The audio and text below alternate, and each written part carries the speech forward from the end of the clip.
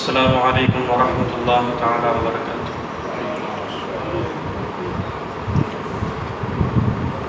الحمد لله وحده والصلاة والسلام على من لا نبي بعده وعلى آله الشرفاء وأصحابه الكرماء.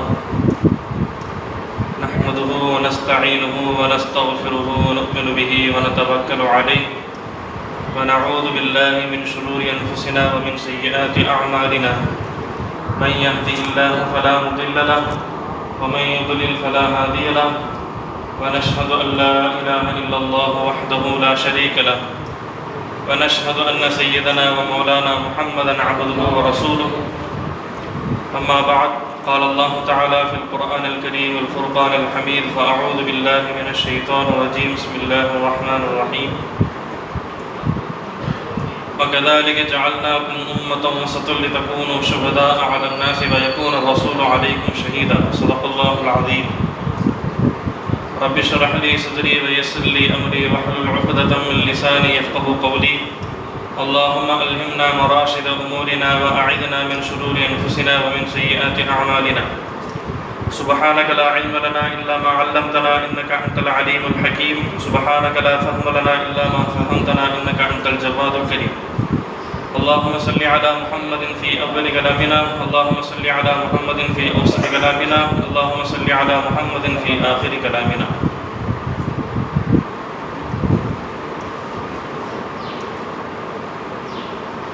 கண்ணியத்திற்குரிய அல்லாஹ் நல்லடியார்களே, பெரியோர்களே, சகோதரர்களே,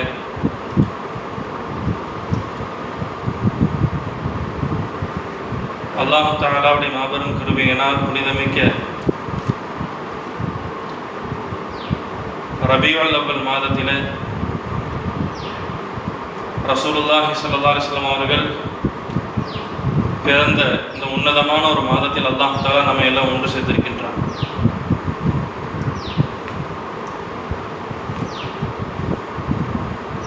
முதலில் நாம் ரசூலுல்லாஹி ஸல்லல்லாஹு அலைஹி வஸல்லம் அவருடைய உம்மத் என்ற விஷயத்திலே நாம் எல்லாம் பெருமிதப்பட வேண்டும்.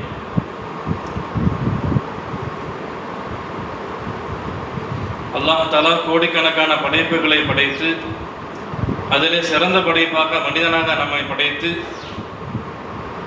அதிலும் குறிப்பாக நமக்கு லா இலாஹ இல்லல்லாஹ் முஹம்மது ரசூலுல்லாஹ் ஸல்லல்லாஹு அலைஹி வஸல்லம் கலிமா சொல்லி முஸ்லிமாகக்கூடிய பாக்கியத்தையும் அல்லாஹ் தஆலா கொடுத்தது மட்டும் இல்லாமல் கடைசி சமுதாயமாக முஹம்மது நபி ஸல்லல்லாஹு அலைஹி வஸல்லம் அவருடைய உம்மத்தாக நம்மை பிறக்க வைத்திருக்கின்றார். இது யாருக்குமே கிடைக்காத ஒரு பாக்கியம். கண்ணியமானவர்களே, இந்த உம்மத்துடைய சிறப்பை பற்றி அல்லாஹ் தஆலா ஜபூர் வேதத்தில் அல்லாஹ் தஆலா சொல்லி காட்டுறான்.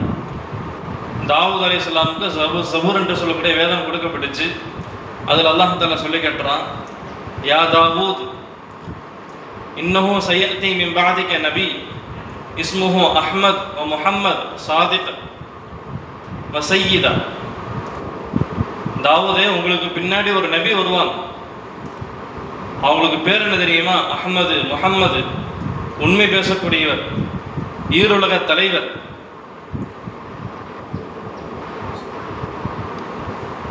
அவர் மீது நான் எக்காலமும் கோபப்படவே மாட்டேன். அவரும் என் மேல எக்காலமும் கோபப்படாத மாதிரி நடந்துக்குவார். அவர் எனக்கு அறவே மாறு செய்ய மாட்டார். அவருடைய முன்பின் பாவங்கள் அனைத்தையும் நான் மன்னிச்சிருவேன்.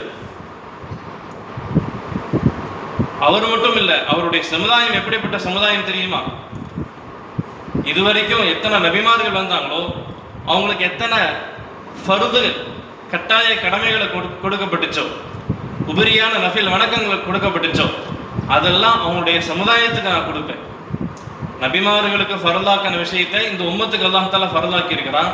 நபிமார்களுக்கு எந்த வணக்கங்களை நஃபிலாக ஆக்கப்பட்டுச்சோ அதை இந்த உம்மத்துக்கு அல்லாஹ் தஆலா நஃபிலாக ஆக்கி இருக்கிறான். அது மட்டும் இல்ல, இந்த உம்மத்துக்கு அல்லாஹ் தஆலா ஒரு பிரகாசத்தை, ஒரு ஒளியை கொடுத்திருக்கிறான். அது எப்படிப்பட்ட பிரகாசம் அப்படின்னு சொன்னா, நபிமார்களுக்கு கொடுக்கப்பட்ட பிரகாசத்தை தான் அல்லாஹ் தஆலா நமக்கு கொடுத்திருக்கிறான். கண்ணியமானவர்களே, அது மட்டும் இல்லை, எல்லா சமுதாயத்தை விட அந்த சமுதாயத்தை, அந்த உம்மத்தை நான் சிறப்பாக ஆக்கி வச்சிருக்கிறேன் என்பதை அல்லாஹ் சொல்லி காட்டுறான். எனவேதான் ரசூலுல்லாஹி ஸல்லல்லாஹு அலைஹி வஸல்லம் சொல்லி காட்டுவாங்க, அல் ஜன்னத்து ஹுர்ரிமத் அலல் அன்பியா ஹத்தா அதுஹலஹா. சொர்க்கம் இருக்குது, நான் சொர்க்கத்துக்குள்ள போற வரைக்கும் எந்த நபிமார்களும் சொர்க்கத்துக்கு போக முடியாது. அதே போல மற்ற சமுதாயங்கள், என்னுடைய சமுதாயம் சொர்க்கத்துக்கு போகாத வரைக்கும் வேற எந்த சமுதாயமும் சொர்க்கத்துக்கு போக முடியாது. முதலா சொர்க்கத்துக்கு போகக்கூடிய நபியே யாரு தான்? முஹம்மது நபி ஸல்லல்லாஹு அலைஹி வஸல்லம் அவங்க தான். முதலா சொர்க்கத்துக்கு போகக்கூடிய உம்மத்து யாரு தான்? இந்த உம்மத்து தான். அசல்படி பார்த்தா அப்படின்னு சொன்னா அல்லாஹ் தஆலா முதலா படைச்சது யாரு தான்? ஆதம் அலைஹிஸ்ஸலாம். வரிசைப்படி பார்த்தா அவங்க தான் என்ன செய்யணும்? ஃபர்ஸ்ட் சொர்க்கத்துக்கு போகணும். நம்மளாம் கடைசியாக வந்த சமுதாயம். ஆனா இந்த உம்மத்துக்கு உண்டான சிறப்பு அல்லாஹ் தஆலா எப்படி வச்சிருக்கிறான்? கடைசியாக வந்த சமுதாயம், ஆனா ஆரம்பமாக சொர்க்கத்துக்கு போகுது. அது மட்டும் இல்ல, ஹஜ்ரத் ஆதம் அலைஹிஸ்ஸலாம் அவங்க சொல்றாங்க, நான் சொர்க்கத்துல இருந்தேன், ஒரு சின்ன தவறு செஞ்சதுனால உலகத்துக்கு வந்துட்டேன். பல வருடங்களாக அல்லாஹ் கிட்ட தௌபா கேட்டு மன்றாடி கொண்டே இருந்தேன். கடைசியாக மக்கா அரஃபா மைதானத்தில் தான் என்னுடைய தௌபா ஏற்றுக்கொள்ளப்பட்டுச்சு. ஆனா இந்த உம்மத்தில் இருக்கக்கூடிய ஒரு மனிதன் தௌபா செஞ்சுட்டு அவன் எந்த இடத்துல இருந்தாலும் சரி, அவனுடைய தௌபா அல்லாஹ் தஆலா ஏற்றுக்கொள்ளும். இதுக்கு மக்காவுக்கு போகணும், அரஃபாவுக்கு போகணும் அப்படிங்கிற அவசியம் இல்லை. எந்த இடத்துல இருந்தாலும் சரி, அவன் மனம் வருந்தி தௌபா செஞ்சுட்டான் அப்படின்னு சொன்னா அல்லாஹ் தஆலா அந்த தௌபாவை ஏற்றுக்கொள்ளும். அதற்கு அடுத்தது ஆதம் அலைஹிஸ்ஸலாம் சொல்றாங்க, நான் ஒரு சின்ன தவறு செஞ்சேன். ஆடை அணிந்த நிலைமையில் நான் சொர்க்கத்தில் இருக்கும்போது பாவம் செஞ்சேன். அந்த பாவம் செஞ்சதுனால ஆடை இல்லாத நிலைமையில் அல்லாஹ் தஆலா உலகத்துக்கு அனுப்பிட்டான். ஆனா இந்த சமுதாயம் ஆடை அணிந்த நிலைமையில பல பாவங்கள் செஞ்சுட்டு தான் இருக்குது. ஆடை அணிந்த நிலைமையில, ஆடை அணியாத நிலைமையில பாவம் செஞ்சுட்டு தான் இருக்குது. ஆனா அல்லாஹ் தஆலா ஆடையற்றவர்களாக இந்த உம்மத்தை ஆக்கல. அப்பயே அல்லாஹ் தஆலா அந்த மக்கள் தௌபா செய்யும்போது அல்லாஹ் தஆலா அவங்களே அந்த தௌபாவை ஏற்றுக்கொள்றான். நான் அந்த சொர்க்கத்தில் இந்த பாவத்தை செஞ்சதுனால என்னுடைய மனைவி விட்டு நான் பிரிக்கப்பட்டேன். ஆனா இந்த உம்மத்தில் ஒருத்தர் பாவம் செய்யறதுனால கணவன் மனைவி 2 பேரும் பிரிகிறதே கிடையாது, ஒன்னாதான் இருக்கிறாங்க. அது மட்டும் இல்ல, சொர்க்கத்துல இருந்து நான் பாவம் செஞ்சதுனால வெளியாக்கப்பட்டேன். ஆனா இந்த உம்மத் சொர்க்கத்தை விட்டு வெளியே தான் இருக்கிறாங்க, பாவம் செஞ்சுட்டு இருக்கிறாங்க. ஆனா தௌபாவின் காரணமாக சொர்க்கத்துக்குள்ள போயிடுவாங்க. கனிமானவர்களே, இந்த உம்மத்துக்கு கொடுக்கப்பட்ட சிறப்பு அந்த அளவுக்கு உயர்ந்தது. அதனாலதான் ரசூலுல்லாஹி ஸல்லல்லாஹு அலைஹி வஸல்லம் அவங்க முன்னாடி எத்தனை சமுதாயங்கள் வந்துச்சோ இந்த சமுதாயத்துக்கு மத்தியில் ஒரு வித்தியாசத்தை காட்டுறதுக்காண்டி ஒரு ஹதீஸ் சொன்னாங்க. உதாரணமாக நபி ஸல்லல்லாஹு அலைஹி வஸல்லம் சொன்ன ஒரு ஹதீஸ், ஒரு மனிதன் சில வேலைகளுக்காண்டி சில பேரை ஏற்படுத்துறான். அவங்க கிட்ட சொல்றா, நீங்க காலையிலிருந்து நடு உச்சி வரைக்கும் வேலை செஞ்சீங்க அப்படின்னு சொன்னா உங்களுக்கு ஒரு கீராத் என்ன செய்வேன்? கூலி கொடுப்பேன். ஒரு கீராத் ஒரு குவியல், ஒரு கீராத்தை நான் கூலி கொடுப்பேன். அதுக்கப்புறமா அவங்க வேலை செஞ்சுட்டு போயிடுறாங்க, ஒரு கீராத்து கொடுக்கப்படுது. லொஹர்ல இருந்து அசர் வரைக்கும் யாரெல்லாம் வேலை செய்யறாங்களோ அவங்களுக்கு ஒரு கீராத் நான் கூலி கொடுத்துருவேன். அவங்களும் வந்து வேலை செய்யறாங்க, போயிடுறாங்க. அதுக்கப்புறமா அசல்ல இருந்து மகரிப் வரைக்கும் யார் வேலை செய்யறாங்களோ அவங்களுக்கு 2 கீராத்து கூலி கொடுக்குறேன் என்பதாக சொல்றாங்க. அப்ப அந்த மக்கள்லாம் என்ன செய்யறாங்க? ரொம்ப கோவப்படுறாங்க. நான் எவ்வளவு நேரம் வேலை செஞ்சோம், காலையிலிருந்து சூரியன் உச்சி வரைக்கும் வேலை செஞ்சோம், எங்களுக்கு ஒரு கீராத்து தான் கூலி கொடுத்தீங்க. இவங்க அசர்ட்டு மாறி எவ்வளவு நேரம்? மிஞ்சி போனா 1 மணி நேரம். அந்த 1 மணி நேரத்துக்கு 2 கீராத்து கொடுக்குறீங்களே, இது அநியாயம் இல்லையா? இதுக்கு இந்த ஹதீஸ் நபி ஸல்லல்லாஹு விளக்கம் சொல்லும் பொழுது, காலையிலிருந்து உச்சி வரைக்கும் வேலை செஞ்சாங்கல்ல, அது யஹூதிகள். அவங்க எவ்வளவுதான் நன்மையான காரியங்களை செஞ்சாலும் கொஞ்சம் தான் நன்மை கிடைக்கும். லொஹர்ல இருந்து அசர் வரைக்கும் யாரு செஞ்சாங்களோ அவங்க நசாராக்கள், அவங்களுக்கும் கம்மி தான் நன்மை. ஆனால் நமக்கு குறைவான காலகட்டம் தான், ஆனால் குறைவான காலகட்டத்தில் நம்ம செய்யக்கூடிய அந்த அமல்களுக்கு எவ்வளோ பெரிய கூலி கிடைக்குது, எல்லாத்துக்குமே டபுள் மடங்கு கூலி கிடைக்குது. அல்லாஹ் சொல்லி கேட்டுறான், உங்ககிட்ட நான் பேசின மாதிரி அந்த மனிதனை வச்சு நபி ஸல்லல்லாஹு உதாரணமாக சொல்கிறாங்க, உங்களுக்கு என்ன பேசப்பட்டுச்சோ அந்த சம்பளத்தை அந்த கூலியை நான் கரெக்டாக கொடுத்துட்டேனா இல்லையா? கொடுத்தீங்க. அப்படி இருக்கும்போது நீங்கள் அவன் மேலே பொறாமப்படுறீங்க. கண்ணியமானவர்களே, இந்த உம்மத்தில் செய்யக்கூடிய ஒவ்வொரு நபர், இந்த உம்மத்தில் பிறந்த ஒவ்வொரு நபருக்கும் சிறப்பு இருக்கிறது, இந்த உம்மத்துக்கும் சிறப்பு இருக்கிறது. குறைவான அமலுக்கும் அதிகமான கூலி இருக்கிறது. அதே போல தான் ஹஜ்ரத் மூசா அலைஹிஸ்ஸலாம் அவங்களுக்கு தௌராத் என்ற வேதம் கொடுக்கப்பட்டுச்சு. தௌராத் என்ற வேதம் கொடுக்கப்பட்டவொன்னே அவங்க அப்படியே லைனாக படிச்சுக்கிட்டே போகிறாங்க. படித்து பார்க்கும்போது ஒரு வரியை பார்க்குறாங்க. அல்லாஹ் அதில் குறிப்பிடுறான், ஒரு சமுதாயம் பின்னாடி ஒன்று வரும். அந்த சமுதாயம் என்ன செய்வாங்க? நன்மையை ஏவுவாங்க, தீமையை தடுப்பாங்க. அப்போ மூசா அலைஹிஸ்ஸலாமுக்கு ஆச்சரியமாக போச்சு. நன்மையை ஏவுறது, தீமையை தடுக்கிறது நபிமாருடைய வேலையாச்சு.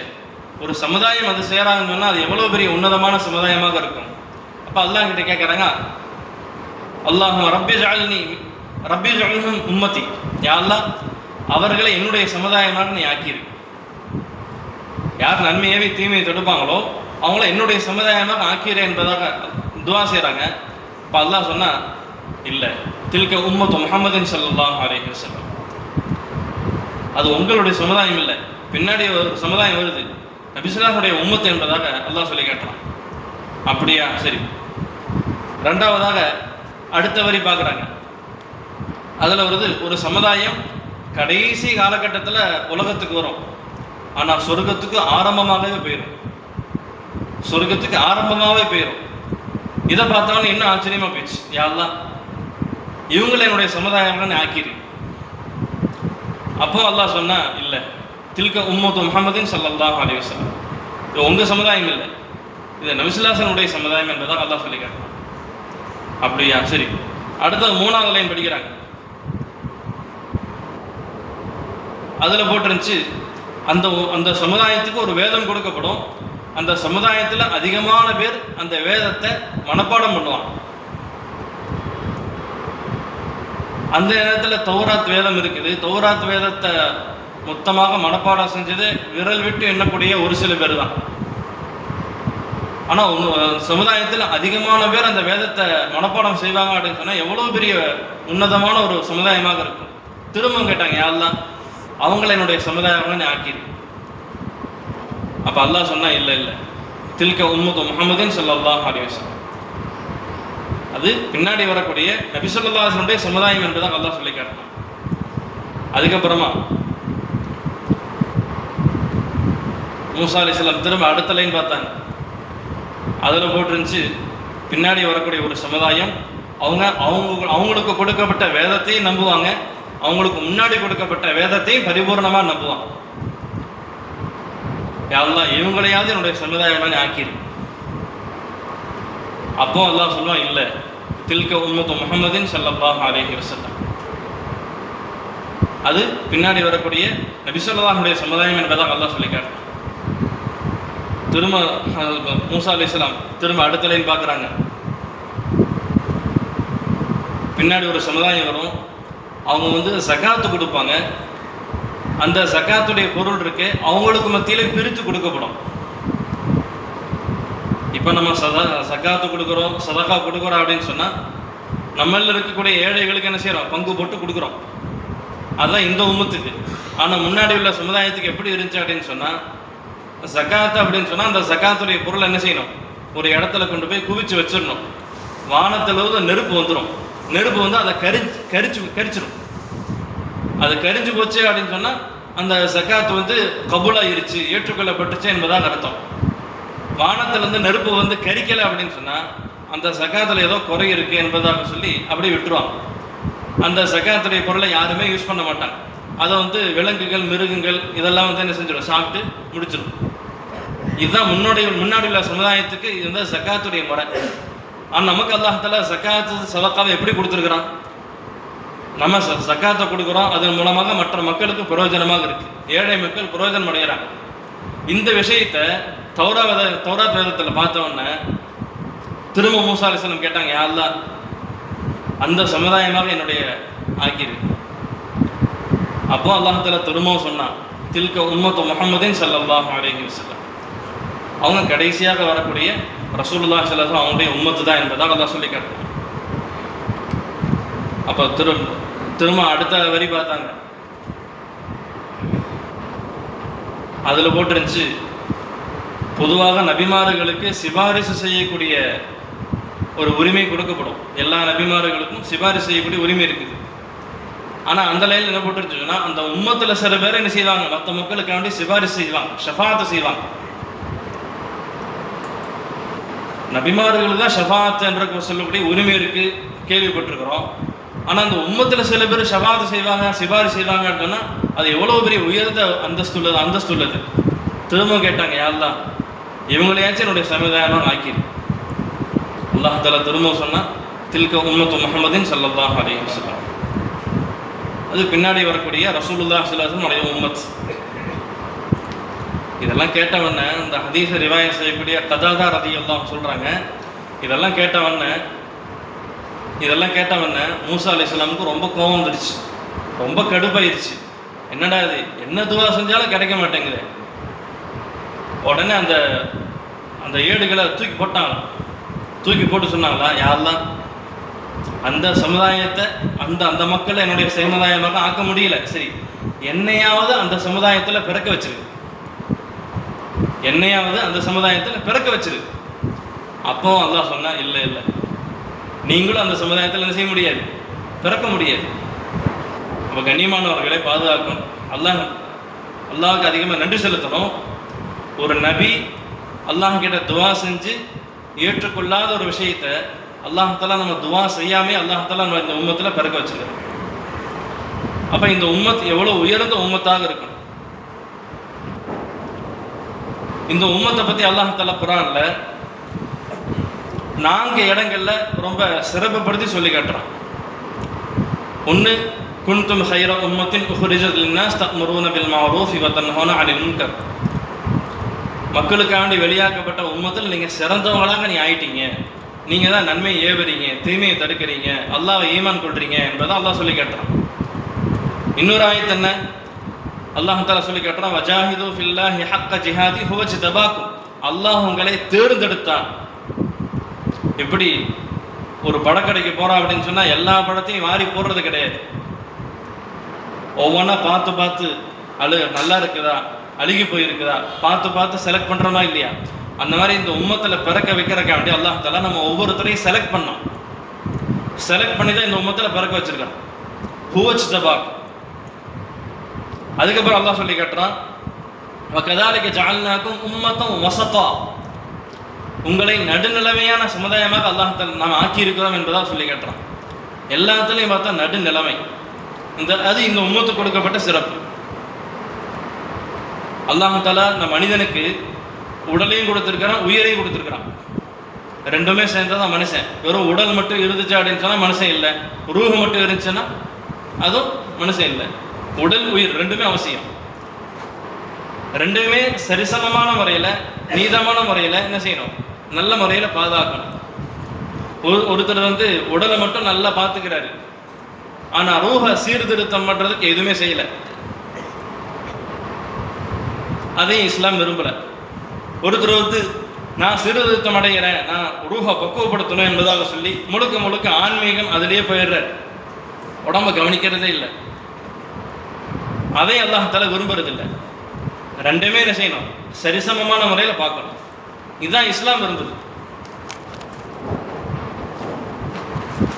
3 சஹாபாக்கள் நபி ஸல்லல்லாஹு அலைஹி வஸல்லம் வீட்டுக்கு போகிறாங்க.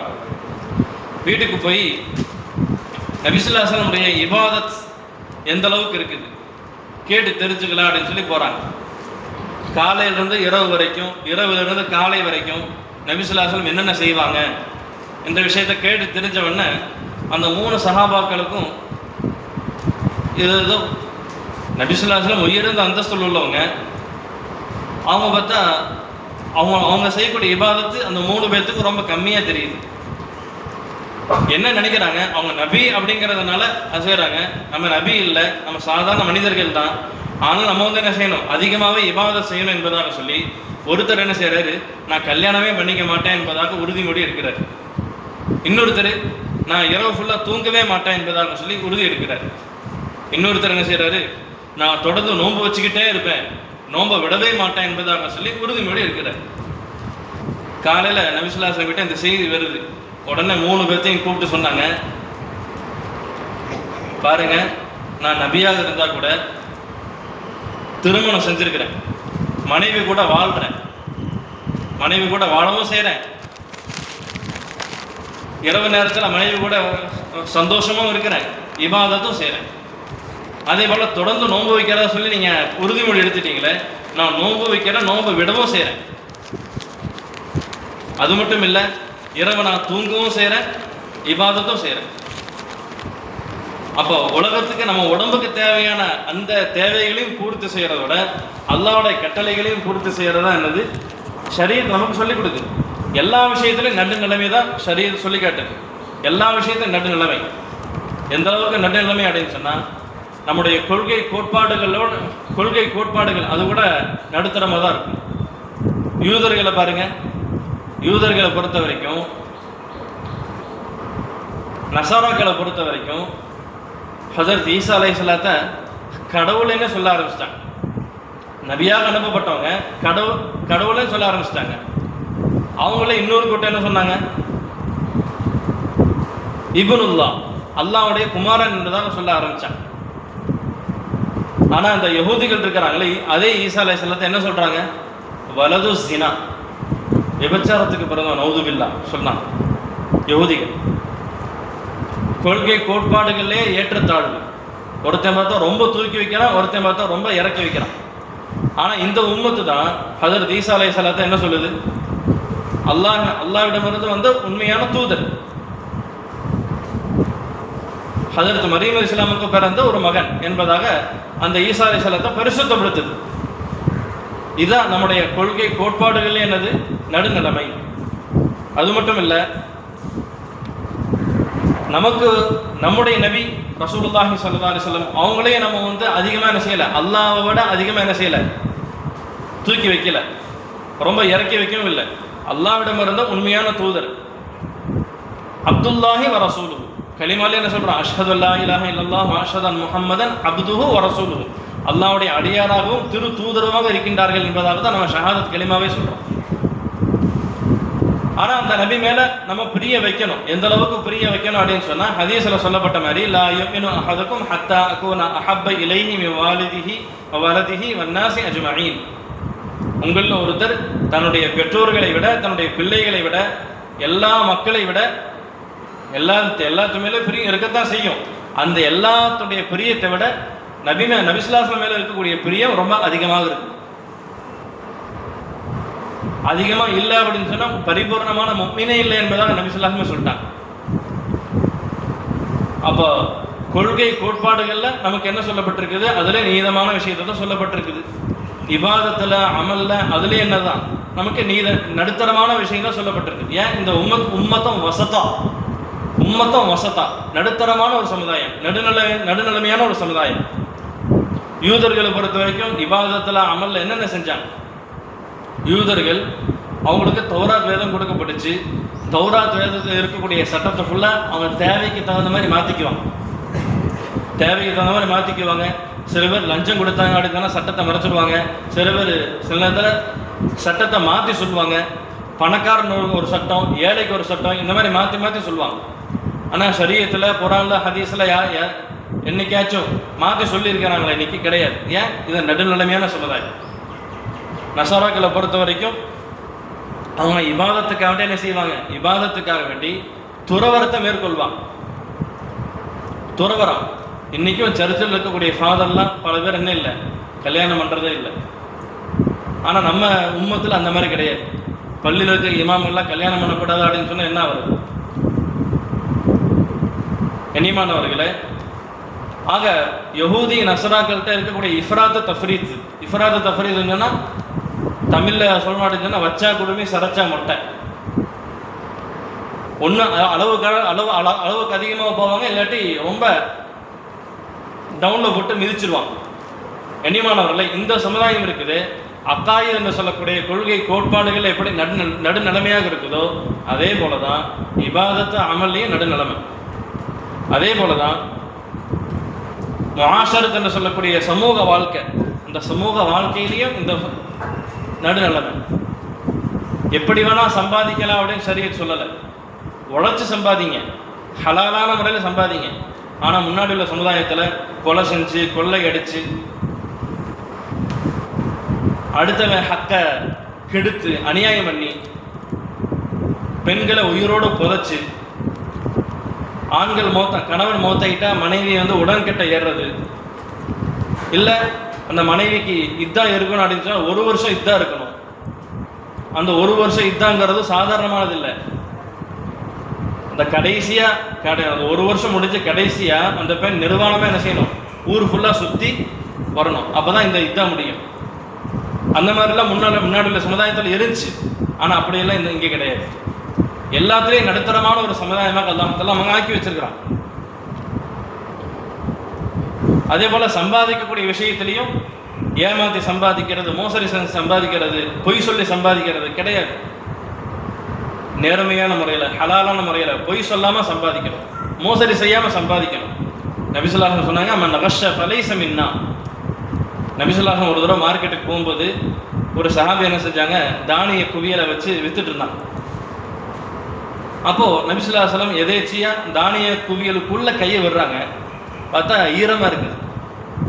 என்னப்பா மேலே பார்த்தா காஞ்சு போய் கிடக்கு, உள்ளே கைவிட்ட ஈரமாக இருக்குது என்ன?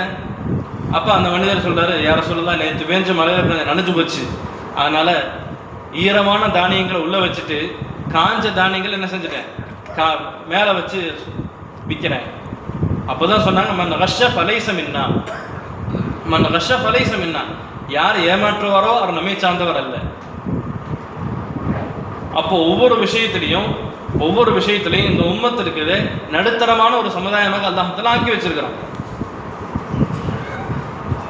அல்லாஹ் தஆலா இன்னொரு சிறப்பையும் கொடுத்துருக்கிறான், கதாலிக ஜஅல்னாக்கும் உம்மத்தும் வஸத்தா, நடுத்தரமான சமுதாயம். அது மட்டும் இல்லை, லிதகூனு ஷுஹதா அலன் நாஸ்.